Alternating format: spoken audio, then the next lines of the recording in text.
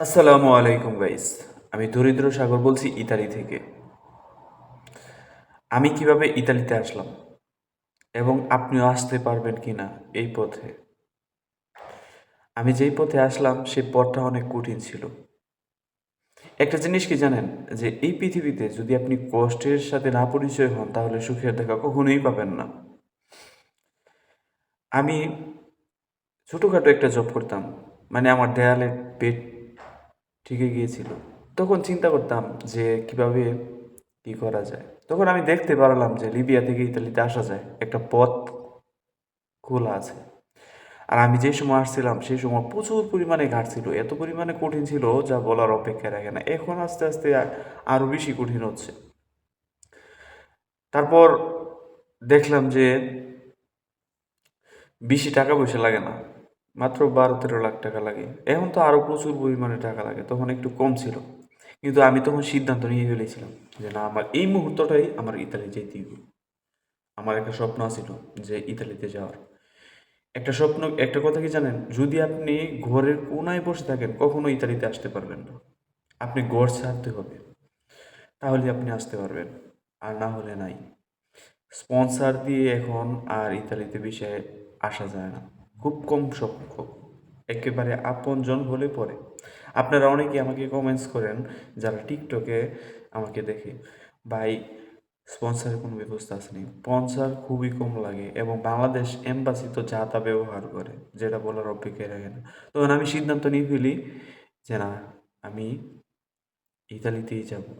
কেননা দেখা গেলো এখন 20,000, 10,000, 15,000 টাকা দিয়ে এখন সংসার চলে না, 30,000 টাকা দিয়েও সংসার চলে না। তখন সিদ্ধান্ত নিয়ে ফেলি যে না, আমার ভালো কিছু করতেই হবে। ভালো কিছু ছাড়া জীবনে সফলতা আসবে না। আমার জন্য না হোক, আমার সন্তানের জন্য, সন্তানের জন্য না হোক, পরিবারের জন্য আমাকে ঘর ছাড়তে হবে। তারপর সিদ্ধান্ত নিয়ে ফেলি, বই জমা দিয়ে দিই।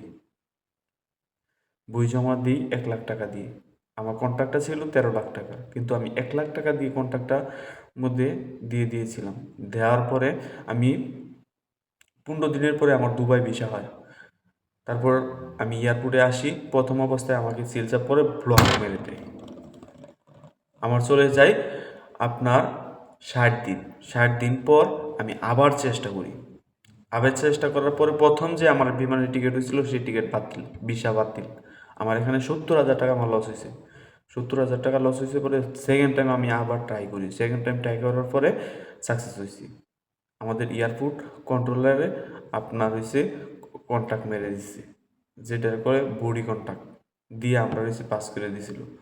তারপর কন্ট্যাক্ট দেওয়ার পরে চলে আসছি দুবাইতে। দুবাইতে আসার পরে 7 দিন থাকছি। থাকার পরে দুবাইতে কী যে পরিমাণ কষ্ট, একটা রুমের মধ্যে দিচ্ছে, সেই রুমের মধ্যে অন্ধকার রুম, খাবার হয়েছে মানে আমার পেট তো ভরতে হইব, এখানে কোনো পেট ভরে না।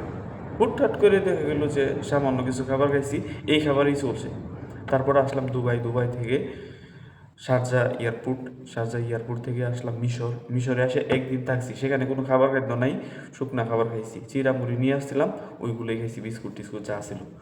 খাওয়ার পরে আসি আপনার বেঙ্গাজিতে। বেঙ্গাজিতে আসার পরে রে ভাই কি বলবো, যা তা একটা অবস্থা, বেঙ্গাজির অবস্থা মানে আসার পরে বুঝতে পারলাম যে একটা ভয়ঙ্কর দৃশ্য, একটা দেশ যেখানে কোনো মানুষ নাই, শুধু অন্ধকার, জুপ জঙ্গল, এরকম কোনো মানুষ নাই। পুলিশের চেক টেক করার পরে আমাদেরকে এয়ারপোর্ট থেকে বাইক করে দিচ্ছে। রাস্তার মধ্যে দাঁড়ায় রয়েছি, কইলে বিশ্বাস করতেন না, রাস্তার মধ্যে দাঁড়ায় রয়েছি, কেউ এসে রিসিভ করে না।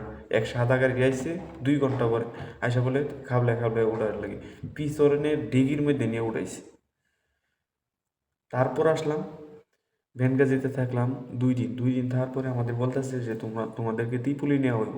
ত্রিপুলিতে আপনার হয়েছে গাড়ি দিয়ে আনছি। 2 দিন দিয়ে ত্রিপুলিতে আসলাম। আসার পর গেম করে আসলাম। দালাল বলতেছে তাড়াতাড়ি করে টাকা দাও, তাড়াতাড়ি করে টাকা দাও, টাকা না দিবা গেম পর হইব। এখন বাড়িতে কল দিলাম বাপ মারে, যে তাড়াতাড়ি টাকা পাঠাও। এরা ঋণ করে হোক, সম্পত্তি বেঁচে হোক, যেমনি হোক টাকা পয়সা 12 লাখ টাকা ক্লিয়ার করলো। 13 লাখ টাকা আমার কন্ট্যাক্ট। যখন সব টাকা দিয়ে দিল, চলে আসলাম। তারপর আমার গেম ঘরের মধ্যে পাঠিয়ে দিল। গেম ঘরের মধ্যে পাঠিয়ে দিয়েছে পরে সেখানে থাকলাম 2 মাস। 2 মাস কি যে পরিমাণ কষ্ট করছি, এটা আল্লাহ ছাড়া কেউ জানতো না। 2 মাস বাথরুমের পানি খাইছি, পানিও আসে নাই, এতটুকু পানি। এই যে বোতলটা দেখতেছেন, এই বোতলটা দিয়া এতটুকু পানি খায়া জীবনটা বাঁচাইছি খালি, আর কোনো কিছু নাই। এই জীবনটা লইয়া অনেক পরিমাণ কষ্ট করছি রে ভাই, কষ্টের কোনো বিকল্প রাখছি না। পরে আপনার 2 মাস পরে টাকের মধ্যে নিয়ে পড়ে, যেই কষ্টের সাথে আমার কখনো পরিচয় আছিল না, চাইল খাইছি। বিশ্বাস করবেন, চাইল খাইছি, কোনো সময় ভাত খাইতে পারছি না,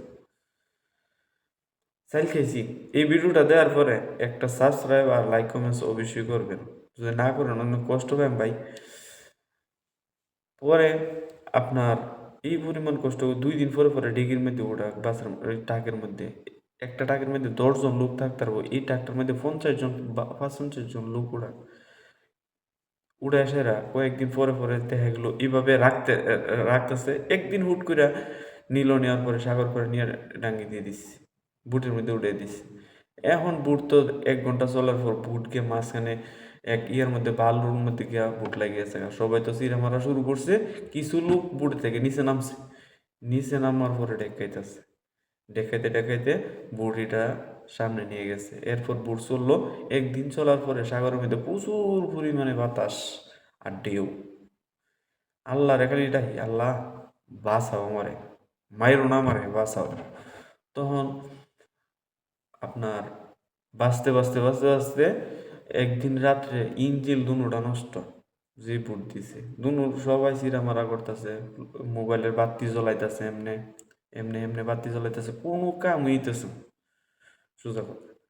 পরে মনে করেন যে 2 দিন যাওয়ার পরে এরপরে একটা ইঞ্জিল, পরের দিন সকালে আরো প্রচুর পরিমাণে ঢেউ, মানে আমরা যে বুট দিছি বুট একবার উল্টায় লাইতেছে।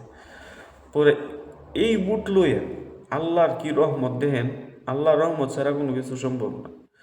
একটা ইঞ্জিল চালু হয়েছে, একটা ইঞ্জিল চালু করার পরে ইন্টারন্যাশনাল একটা জায়গা আছে, ইন্টারন্যাশনাল যখন ফাঁস হয়েছে তখন মনে করেন আল্লাহর রহমতে আরেকটা ইঞ্জিল চালু হয়েছে, 2টা ইঞ্জিল চালু হয়েছে। পরে আমাদের ড্রাইভারটা ছিল খুব ভালো লোক, 2টা ইঞ্জিল খুব স্পিডে ছাড়ছে। স্পিডে যাওয়ার পর ইন্টারন্যাশনালতে মনে হয় 2 থেকে 3 ঘন্টা আমরা আসছি। আসার পরেই আমাদের রিসিপ্ট পাইছে জার্মানির, বলছে তোমরা কি জার্মানি যাবে? আমরা সবাই বলছি যে না, জার্মানি যাব না। তখন আমাদেরকে ইতালি নিয়ে আসছে। তারপর চলে আসলাম ল্যাম্বাদুসা। ল্যাম্বাদুসা থেকে 2 দিন থাকলাম, থাকার পরে চলে আসলাম হচ্ছে অস্থায়ী ক্যাম্পে। অস্থায়ী ক্যাম্পে 2 দিন থাকলাম, নিয়ে আসলো স্থায়ী ক্যাম্পে। আর এখন আমি এই স্থায়ী ক্যাম্পের মধ্যেই আছি। এখন যে ভিডিও বানাচ্ছি এই স্থায়ী ক্যাম্পে বসি। আমার হুটহাট করে টুকটাক কাগজপত্রগুলো হচ্ছে, বাকি এখনো পর্যন্ত কোনো কমিশন হয়েছে না, কমিশন হবে। যারা অনেকে জিজ্ঞাসা করছিলেন যে আপনার কমিশন হয়েছে কিনা, তাদের জন্য বলতেছি এখন আমার কমিশন হয়েছে না, আমার কমিশন হবে। এই জন্যই বলতেছি যে জীবনে সফল হতে গেলে বিপদের সম্মুখীন হতে হবে, আর বাস্তবতার সম্মুখীন আপনার হইতে হবে। ঘরের মধ্যে যদি আপনি ভিডিও দেখেন কিভাবে ইতালিতে সহজে ঢোকা যায়, কিভাবে পঞ্চরে ঢোকা যায়, তাহলে আইতে পারতেন না। আমার কাছে বাস্তবতার কথা শুনবেন, কারণ আমি বাস্তবতার সাথে পরিচিত। ভালো থাকবেন, সুস্থ থাকবেন, দেখা হবে পরবর্তী কোনো এপিসোডে। আসসালামু আলাইকুম, টাটা, বাই বাই।